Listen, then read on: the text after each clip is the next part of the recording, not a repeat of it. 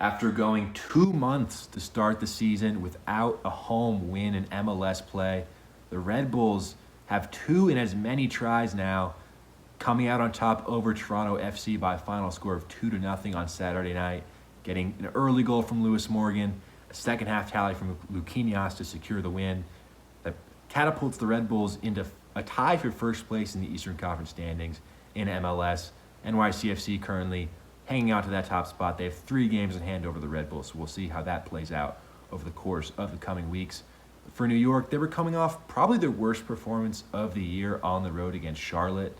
And to add another wrinkle into the mix for this match, Patrick Klimala was suspended, so the Red Bulls opted to start without a recognized striker. They had Tom Barlow on the bench, Ashley Fletcher on the bench. Fletcher struggled since he'd come over from England, so the Red Bulls opted to go with Omir Fernandez as, I guess you could say, the false nine, maybe circa Spain and Euro 2012 with Cesc Fabregas, or Manchester City this year without a recognized striker. That was what the Red Bulls rolled with today. It was a very fluid front three. It wasn't always Fernandez leading the press. Sometimes it was Lewis Morgan in the middle, pushing high. Sometimes it was Luquinhas. But I think that press really gave the Red Bulls a different look in terms of the fluidity of the attacking play. It's a look that we haven't seen often from the Red Bulls this season. And they got off to a really fast start in the second minute. A corner kick from John Tolkin, beautiful delivery. Lewis Morgan, who's not the tallest guy in the world, found some space and was able to head it in the back of the net to give the Red Bulls a 1-0 lead. And the first half, myself and James Burley, who also covers the Red Bulls for FUV, we've talked about it a bunch this year, how the Red Bulls kind of have a tendency to not put teams away when they have the chance. They were up 1-0. It could have been 2, it could have been 3 in the first half, but Toronto slowly clawed their way back into the game. They weren't able to get a goal. It took us to halftime at 1-0 with the Red Bulls press working well early in the half, but later, Toronto slowly gaining a foothold. In the second half, Coach Gerhard Struber opted to make a sub, brought on Tom Barlow, brought off Omir Fernandez. How good the Red Bulls front three, I thought, looked just pressing the ball and moving the way everyone was interchanging positions. I was a little bit surprised that Barlow was the choice to come on at halftime. Much more rigid player, much more, vertical number 9, a more traditional number 9. But it was Barlow's verticality that really played off for New York in the second half. In the 52nd minute, Barlow found himself through on goal after a long ball forward from defense.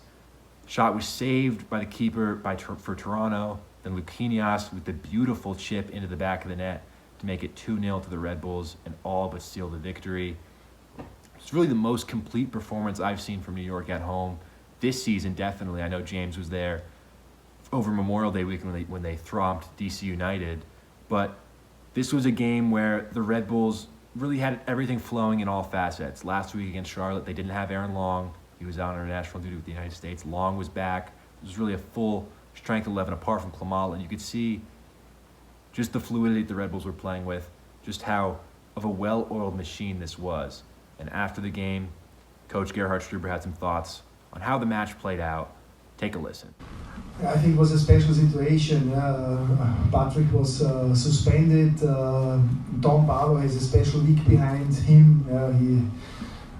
We have right now twins, and I think this makes everyone happy in the dressing room. But also he was not involved in many trainings time this week and has completely a different topic in the mind, and I think we have a big understanding for that, and we have much fun for him, for his proud parents right now. But in the second half we can see how important is always the setup against the ball, and how important is also Tom Barlow with his power against the ball. And he was also involved in the second goal when Luki was in the end he scored.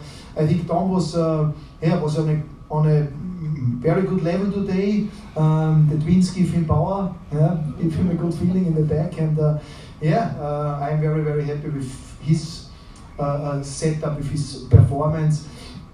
And I think we have to be flexible and have a good variability in our setup with which players are in the starting 11, which players we bring in. We have I think a very small roster, yeah, and of course the transfer window is coming, and we have something to do. Yeah, the goals are very high, and also I think the expectation is growing, especially the last few weeks or last few months, and in this direction also I think it's not a disadvantage when we get the one or other new player. Final score from Red Bull Arena is the New York Red Bulls 2, Toronto FC 0. The Red Bulls have a busy week in front of them. The U.S. Open Cup quarterfinals wait on Wednesday, June 22nd at home at Red Bull Arena. 8 p.m. start against arch rivals NYCFC. That should be a great one. I will be there. I'll have all the updates for you on Twitter. And afterwards, this weekend, a West Coast trip for the Red Bulls out to LA to battle LAFC. For WFUV Sports, I'm Nick Guzman. Thank you so much for tuning in.